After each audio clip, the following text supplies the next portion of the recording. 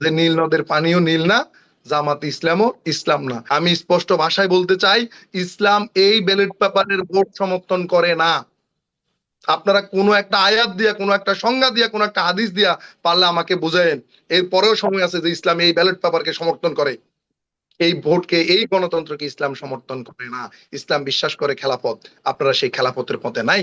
আওয়ামী লীগ ইসলামী bank একভাবে দখল করছে, আর আপনারা নারায়ে তাকবীর আল্লাহু আকবার বলে দখল করে ফেলছেন। হাজার হাজার শত শত কোটি টাকা উত্তোলন করে নিয়ে ফেললেন এবং খেয়ে ফেললেন। এখন ব্যাংকের যা অবস্থা।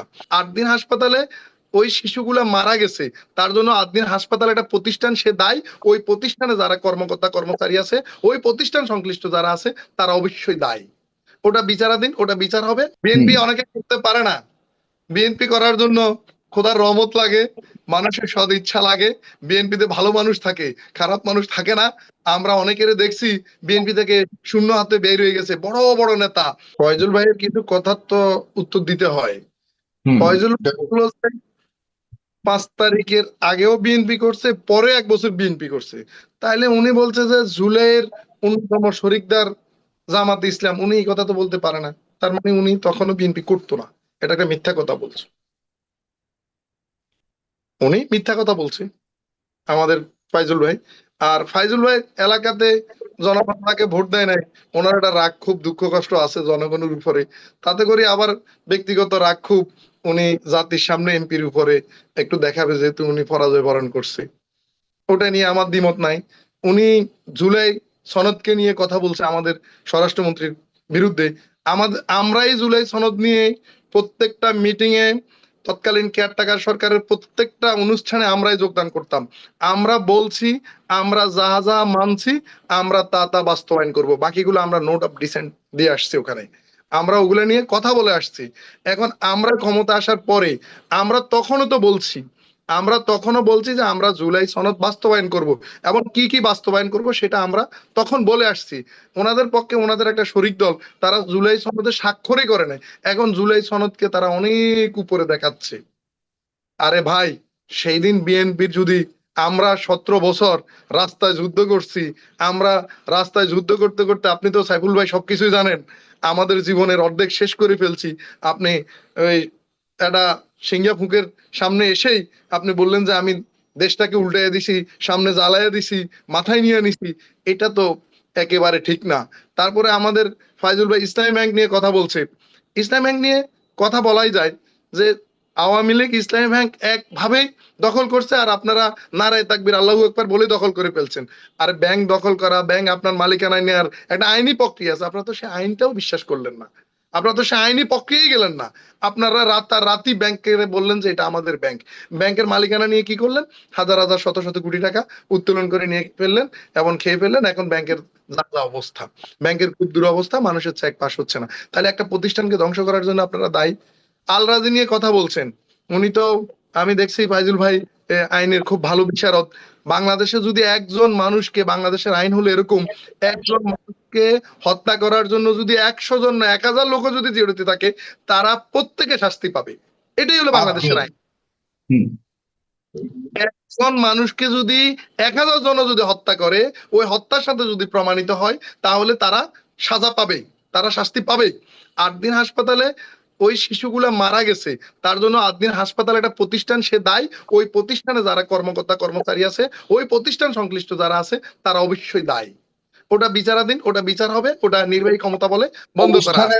প্রতিষ্ঠানের যারা সংশ্লিষ্ট তারা যদি দায়ী হয়, তাহলে প্রতিষ্ঠানকে বন্ধ করা হয়েছে না, প্রতিষ্ঠান দায়ী। প্রতিষ্ঠানে তো একটা বিচার আছে, প্রতিষ্ঠান আছে বলে তো তারা এখানে প্রতিষ্ঠান আসছে। তো একটা জড় পদার্থ, প্রতিষ্ঠান কি কাউকে মারতে পারে?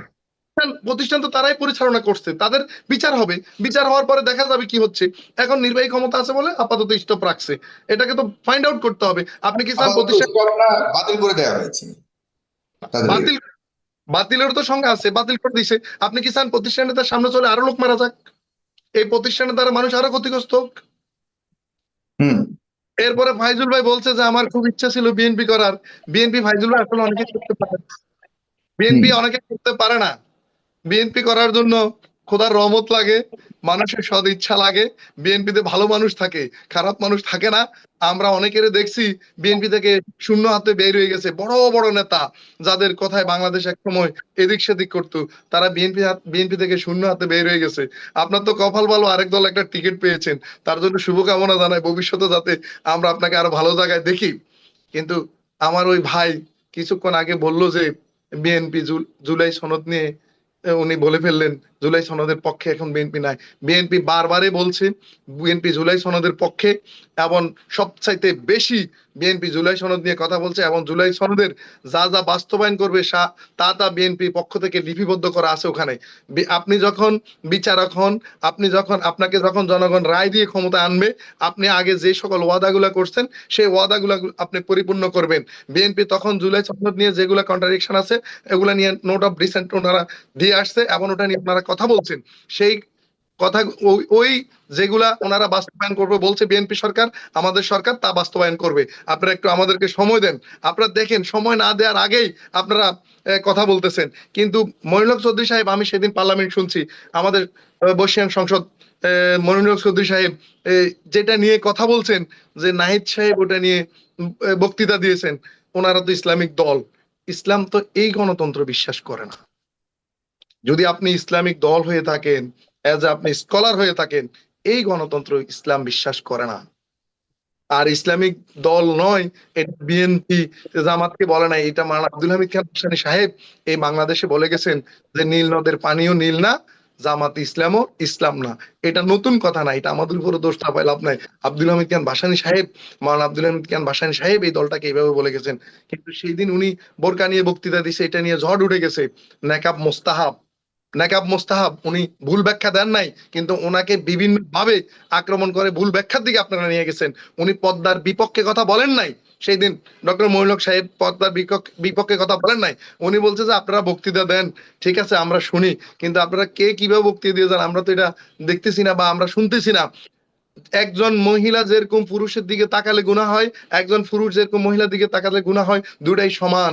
তাহলে আপনাদের এখানে ইসলামের আছে কি? আপনারা ইসলামিক দল হিসেবে জাতির কাছে আবির্ভাব করান, ইসলাম এই ভোট সমর্থন করে না। আমি স্পষ্ট ভাষায় বলতে চাই, ইসলাম এই ব্যালট পেপারের ভোট সমর্থন করে না।